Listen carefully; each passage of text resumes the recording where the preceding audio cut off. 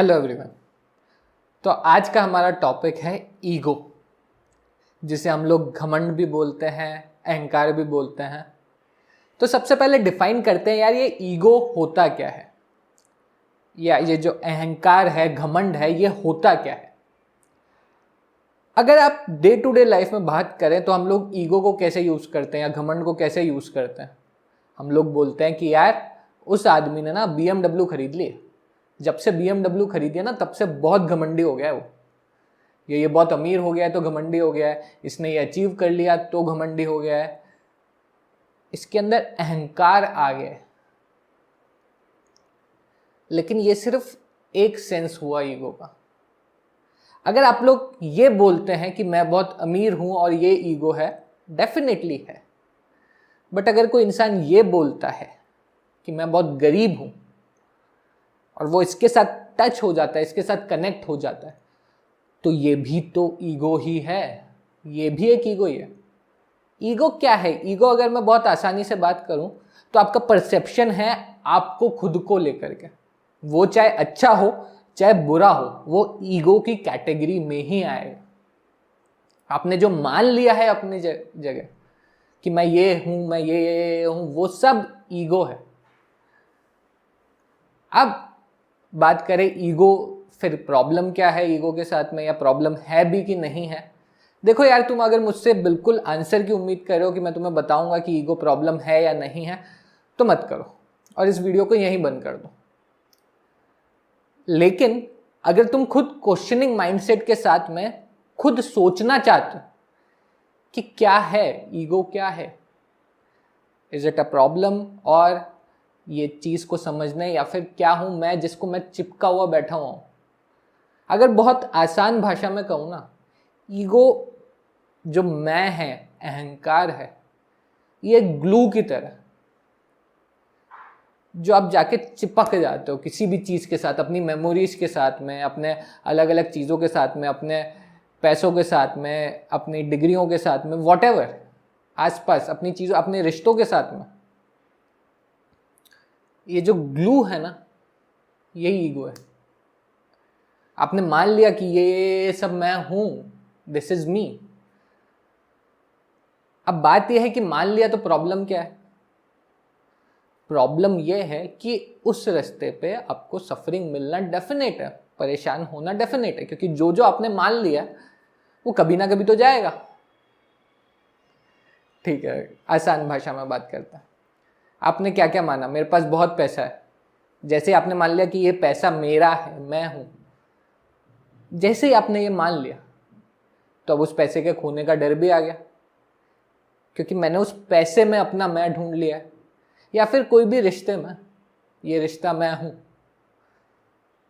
इस रिश्ते के अंदर आपने खुद को इन्वॉल्व कर लिया। मतलब इन्वॉल्व तो आप करोगे ऑब्वियसली, लेकिन अगर आपने बहुत ज़्यादा ईगो अटैच कर दिया, पोजेशन अटैच कर दिया उसके साथ में कि ये मेरा है, अब जो आपका है, रिश्तों में तो ये अक्सर करके होता है कि आपने मान लिया कि ये मेरा है, उसके बाद अगर वो किसी और से जाके, इवन छोटे, मतलब वैसे वाले रिलेशंस, माँ बाप के रिलेशंस, इंडिया में तो बहुत कॉमन है कि अगर हम लोग अपने बच्चे से बहुत प्यार करते हैं, बहुत ध्यान रखते हैं, और फिर उसके बाद वो बड़ा होता है, वो अपने दोस्तों के साथ जाके घुलता मिलता है, हमें पसंद ही नहीं आता।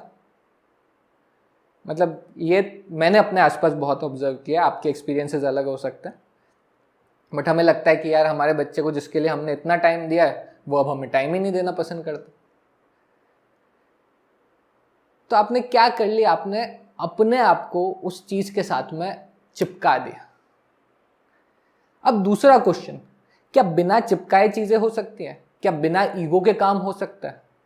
क्योंकि ईगो एक कंफर्ट देता है, ईगो आपको बताता है कि आप ये हो। आप डिफाइन कैसे करोगे कि आप क्या हो? अब देखो यार, धीरे धीरे अगर आप जाओगे तो ये और अंदर की तरफ जाता जा रहा है, तो थोड़ा डीप हो जाओ, थोड़ा ध्यान से इस बात को सुनो, थोड़ा ध्यान से इसको एक कॉन्वर्जेशन की तरह लो, रेदर देन आप ये उम्मीद करो कि मैं आपको आंसर दूंगा। सोचिए इस बारे में, अगर मूड हो तो, कि क्या ये जो स्ट्रक्चर है ईगो का, जो आपने पूरा मान रखा है, अगर आप अंदर जाओगे तो दिखेगा वो चीज कि ये चीजें हैं जो मैंने मान रखा है, जिनसे मुझे बहुत ज्यादा फर्क पड़ता है, बट क्या ये सारी चीजें मैं हूं? सबसे पहले आता है ये बॉडी, हम इस बॉडी को मानते हैं ये मैं हूं। लेकिन अगर ये बॉडी आप हो और बॉडी के बाहर जो भी है वो आप नहीं हो, बट ये तो पॉसिबल ही नहीं है, साइंटिफिकली पॉसिबल नहीं है। हम लोग सांस लेते हैं, हम लोग बचपन से पढ़ते आ रहे हैं कि सांस जो हम लेते हैं वो पेड़ों से आती है। हम लोग खाना खाते हैं, वो भी कहीं ना कहीं पेड़ों से आता है। नॉनवेज खाते हो तो जानवरों से आता है, सब बाहर से आ रहा है। आपकी जो पूरी बॉडी कंस्ट्रक्ट हो रही है, पूरी बॉडी को एनर्जी मिल रही है, वो सब तो बाहर से मिल रही है। हम ये भी पढ़ते हैं हमारी बॉडी का 70% तो पानी है। तो कौन सा वाला पानी है?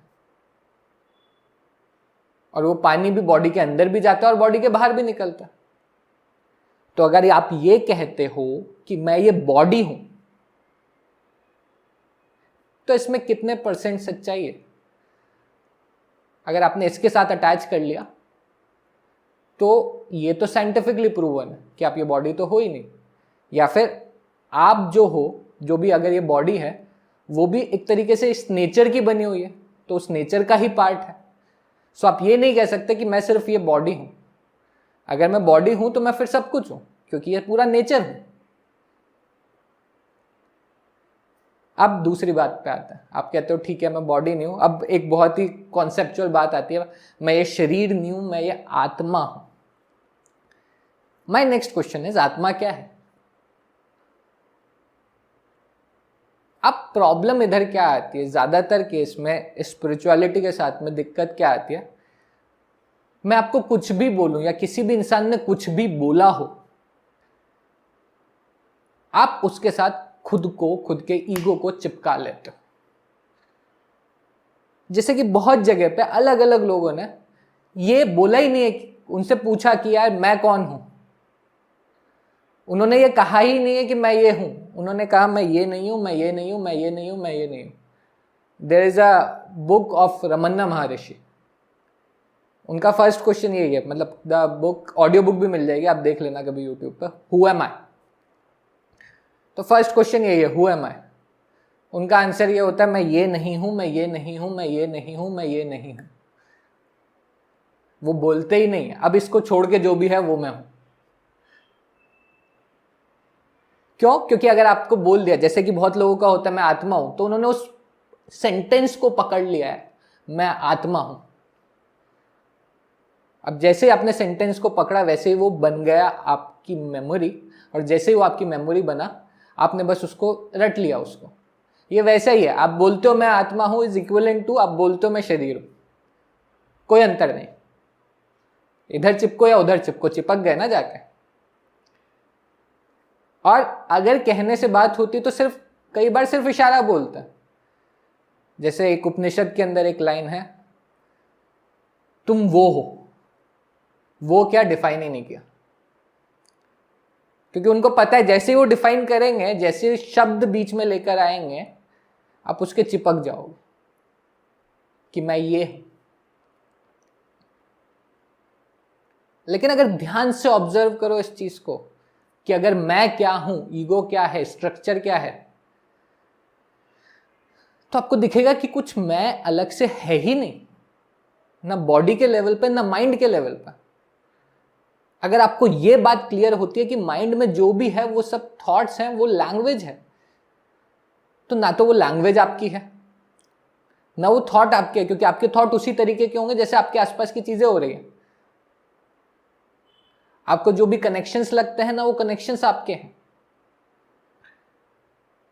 और साइंटिफिकली तो ये बात प्रूव हो चुकी है कि ये बॉडी जो है वो सारे बाहर के एलिमेंट से बनी है। फॉर एग्जाम्पल अगर पानी की बात करो तो फिर मैं कहां हूं, दैट्स द क्वेश्चन। और उस क्वेश्चन का मैं कुछ भी आंसर कर दूं, आपको उस आंसर से प्रॉब्लम यह है कि उस आंसर से कोई भी इंसान थॉट की तरह ही चिपक जाएगा, और जैसे ही वो चिपकेगा वैसे ही सारा पर्पस डिफीट हो जाएगा। इसलिए हमारे बहुत सारी जगह पे ऐसे योग की बहुत इंपॉर्टेंस दिखाई गई है या बताई गई है। योग मतलब क्या? नॉट फिजिकल एक्सरसाइज वाली बात नहीं कह रहा हूँ। योग का अगर हिंदी में मतलब सीधा सीधा बोलना जाए तो मतलब होता है एडिशन, जुड़ना। सो आप जुड़ जाओ किसी चीज से, आप इतना जुड़ जाओ कि आप भूल जाओ ये जो ईगो का स्ट्रक्चर है आप में और उस चीज में कोई अंतर ना रहे। इस लेवल पे जाके जुड़ो, क्योंकि एक्चुअल में तो कोई अंतर है ही नहीं। एक्चुअल में क्या अंतर है आपकी बॉडी के एलिमेंट्स में और बाहर के एलिमेंट्स में? बट मान लिया है, वो जो माना है उसे ही मन बोलते हैं, जिसने माना है। अब जैसे गीता के अंदर 3 योगों की बात करी गई है। पहला कर्म योग, दूसरा भक्ति योग और तीसरा ज्ञान योग। है सब क्या? योग ही है। आप जुड़ रहे हो। एक तरीका बताया गया है कि यार अगर ऐसा कर लोगे तो लाइफ थोड़ी सी अच्छी निकल जाएगी, थोड़ी पीसफुल निकल जाएगी। कर्म योग, आप अपने कर्म में इतना घुल जाओ, इतना तक चले जाओ कि आप अपने मैं को छोड़ दो, ईगो से खत्म हो जाओ। आप और आपका काम, जो भी आप काम कर रहे हो, वो एक हो जाए। एक्चुअल में वो एक ही है, बट फिर भी जो ऑब्जर्व करने वाला है और जो भी ऑब्जर्व्ड है, जो भी दिख रहा है, उसमें एक्चुअली तो कोई अंतर ही नहीं, क्योंकि without the observer where is the observe. Ancient China में ऐसा होता था, एक्चुअली होता था कि जब कुछ पेंटिंग वगैरह करनी होती थी, मान लो किसी पेड़ की पेंटिंग करनी है, तो पेंटर उस पेड़ को देखता रहता था और तब तक देखता रहता था जब तक वो पेड़ नहीं बन जाता था। इंटेलिजेंटली नहीं, हाइपोथेटिकली नहीं, रियलिटी में एक्चुअली। तो इसलिए बोला गया है कि कर्म योग, कर्म के साथ जुड़ जाओ अपने। दूसरा भक्ति के साथ जुड़ जाओ, कि आपने मान लिया कि देयर इज अ भगवान एंड उन भगवान का आपने भक्ति करने लग गए और आपने मान लिया, तो उससे आप अपने अंदर का ईगो खत्म करोगे। अब इसकी जरूरत क्या है कि क्यों अपने आप को ईगो को खत्म करना है? अगर आपने बहुत ध्यान से इसको ऑब्जर्व किया, एक्चुअल में आपका इंटरेस्ट है, तो आपको यह समझ में आएगा कि ईगो से आपकी कितनी सारी सफरिंग कनेक्टेड है। एंड हमारा बाय डिफॉल्ट नेचर है सफरिंग को अवॉइड करना। बट जब तक आप उसकी तरफ देखोगे नहीं, तब तक आप क्या अलग अलग बहाने बनाते रहते हो। हमें जितने भी अपने लाइफ के अच्छे एक्सपीरियंसेस याद कर लो, जो बेस्ट एक्सपीरियंस है, क्या उस टाइम आपका ईगो बीच में आया था? One of the best experiences गहरी नींद, डीप स्लीप। क्या आपको जब भी गहरी नींद से आप उठते हो तो आपको फील होता है यार कितना अच्छा एक्सपीरियंस था, मजा ही आ गया? बट उसमें क्या गहरी नींद में आपका ईगो प्रेजेंट था? क्या आप खुद प्रेजेंट थे जैसे आप खुद बोलते हो? मैं ड्रीम्स की बात नहीं कर रहा। और कोई भी ऐसा काम जिसको करने के बाद आपको एकदम से बहुत अच्छा फील हुआ था, आप चाहे खाना ही बना लो, छोटा से छोटा काम, अगर आप उसके अंदर पूरी तरीके से लग गए, एक एक चीज को ऑब्जर्व करने लग गए, आप पूरी तरीके से वो बन जाओगे। वो आपके one of the best experiences होंगे, जिसको आप बाद में काउंट कर सकते हो कि यार उसमें मजा आया था। और अगर आपको दुखी रहना है तो अपने ईगो के साथ अटैच हो जाओ, स्टोरीज के साथ में अटैच हो जाओ, चिपक जाओ जाके, मैंने ये किया फिर ऐसा ये हुआ, पूरी दुनिया यही कह रही है, इसने मेरे साथ बुरा किया, इसने मेरे साथ अच्छा किया, ये ऐसा हुआ, वो वैसा हुआ, और चिपके रहोगे। कोई फर्क ही नहीं पड़ेगा। इन द एंड दोनों लोग जाके मरेंगे। नेचर किसी के लिए डिफरेंट नहीं है, बिकॉज नेचर आप खुद ही हो। कोई अच्छा इंसान जाके छत से कूदेगा या बुरा इंसान जाके खुद छत से कूदेगा, मरेंगे सब। बात सिर्फ इस लाइफ टाइम की हो रही है, इस टाइम पीरियड की हो रही है। और टाइम पीरियड भी देखा जाए तो एक लेवल पे जाके वो भी मिथ है, टाइम भी एक तरीके से मिथ ही। बट उस तरफ मैं जाऊंगा नहीं अभी, वो थोड़ा ज्यादा हो जाएगा। लेकिन अगर ये ज़िंदगी एक्चुअल में, अगर आप में उससे रिलेटेड पैशन है कि आप एक्चुअल में समझना चाहते हो, एक्चुअल में अच्छे से रहना चाहते हो, एक्चुअल के अंदर जॉयफुली रहना चाहते हो, so you have to ask these questions. बाकी दूसरे योग के बाद में तीसरा योग ज्ञान योग बोलते हैं कि आप समझ जाओ। आपको समझ आ गया तो कहानी खत्म हो गई, क्योंकि कुछ अलग से करना नहीं है। स्पिरिचुअलिटी के अंदर अगर आप एक्सपीरियंसेस को घुसा देते हो कि ये एक्सपीरियंस, तो एक्सपीरियंस किसे हुए? एक्सपीरियंस मुझे हुए। आपने अपने ईगो को और बढ़ा दिया। लेकिन अगर आपको समझ आ जाए कि एक्सपीरियंस और एक्सपीरियंसर दोनों में कोई डिफरेंस ही नहीं है, तो आप एक्सपीरियंसेस के पीछे नहीं भागेंगे। खैर, इस वीडियो को यहां पे खत्म करते हैं।